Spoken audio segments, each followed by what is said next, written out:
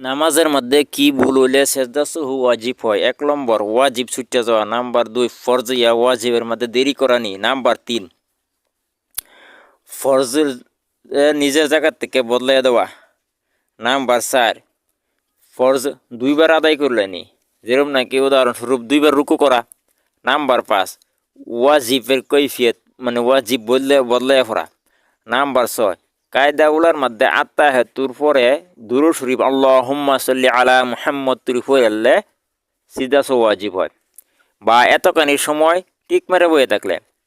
Number ৭ Zehri নামাজের মধ্যে, যেরকম নাকি ফজর নামাজের মধ্যে ইমাম সাহেব যদি জোরে জোরে কেরাত কোন লাগে আস্তে আস্তে কেরাত ফুরে লায়, তাইলে সিজদা সহু ওয়াজিব হইব।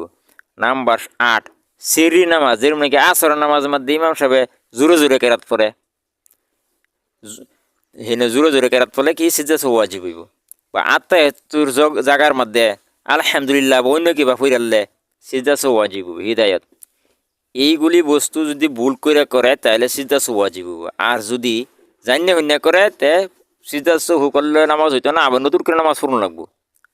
মাসালা হইলো এটার মধ্যে একটা যে যদি নামাজের মধ্যে যদি কয়েকবার এরম ভুল হয়ে যায়, উল্টা পাল্টা হয়ে যায়, ফরজের জায়গাত অন্যটা আদায় করেলা, ওয়াজিবে আদায় করেলা, ওয়াজিবের জায়গাত ফরজ আদায় করেলা, তে এরকম করলে কি হইব, সিজদা সহু একবার দিলেই চলবো।